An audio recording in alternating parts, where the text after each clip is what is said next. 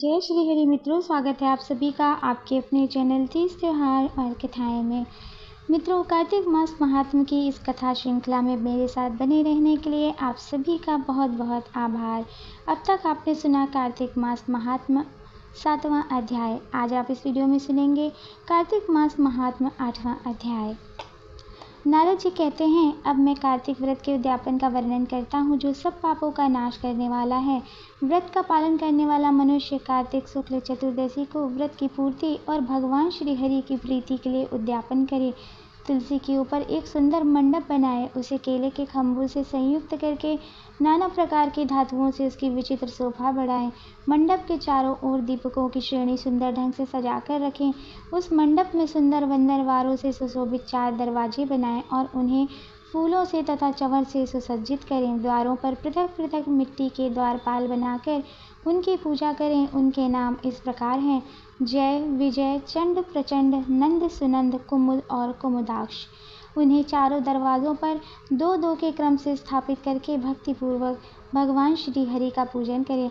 तुलसी की जड़ के समीप 4 रंगों से सुशोभित सर्वतोभद्र मंडल बनावें और उसके ऊपर पूर्ण पत्र तथा पंचरत्न से संयुक्त कलश की स्थापना करें। कलश के ऊपर शंख, चक्र, गदाधारी भगवान विष्णु का पूजन करें। भक्तिपूर्वक उस स्थिति में उपवास करें तथा रात्रि में गीत, वाद्य, कीर्तन आदि मंगलमय आयोजनों के साथ जागरण करें। जो भगवान श्री हरि के लिए जागरण करते समय भक्तिपूर्वक भगवत संबंधी पदों का गान करते हैं, वे सैकड़ों जन्मों की पाप राशि से मुक्त हो जाते हैं।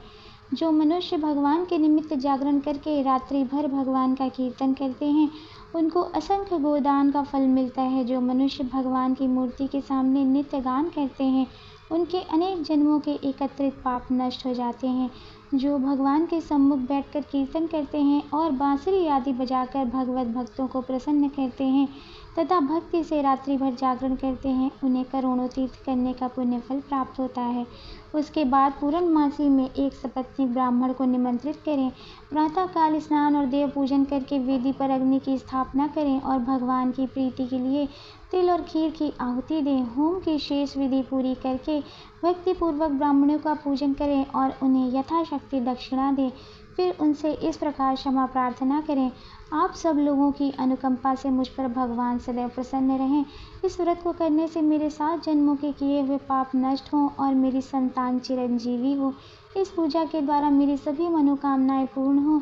मेरी मृत्यु के पश्चात मुझे अतिशय दुर्लभ विष्णु लोक की प्राप्ति हो। पूजा की समस्त वस्तुओं के साथ गाय भी गुरु को दान में दें। उसके पश्चात घर वालों और मित्रों के साथ स्वयं भोजन करें। भगवान द्वादशी तिथि को शयन से उठें, त्रयोदशी को देवताओं से मिलें और चतुर्दशी को सबने उनका दर्शन एवं पूजन किया, इसलिए उस तिथि में भगवान की पूजा करनी चाहिए। गुरु की आज्ञा से भगवान श्री हरि की सुवर्णमयी प्रतिमा का पूजन करें। इस पूर्णिमा को पुष्कर तीर्थ की यात्रा श्रेष्ठ मानी गई है। कार्तिक माह में इस विधि का पालन करना चाहिए। जो इस प्रकार कार्तिक के व्रत का पालन करते हैं, वे धन्य और पूजनीय हैं। उन्हें उत्तम फलों की प्राप्ति होती है। जो भगवान विष्णु की भक्ति में तत्पर हो, कार्तिक में व्रत का पालन करते हैं, उनके शरीर में स्थित सभी पाप तत्काल नष्ट हो जाते हैं। जो श्रद्धापूर्वक कार्तिक के उद्यापन का महात्म्य सुनता या सुनाता है, वे भगवान विष्णु का सायुज्य प्राप्त कर लेता है। तो इस प्रकार आज की यह अष्टमी की कथा समाप्त होती है। तो बोलिए भगवान श्री हरि की जय, माँ लक्ष्मी की जय, माँ तुलसी की जय।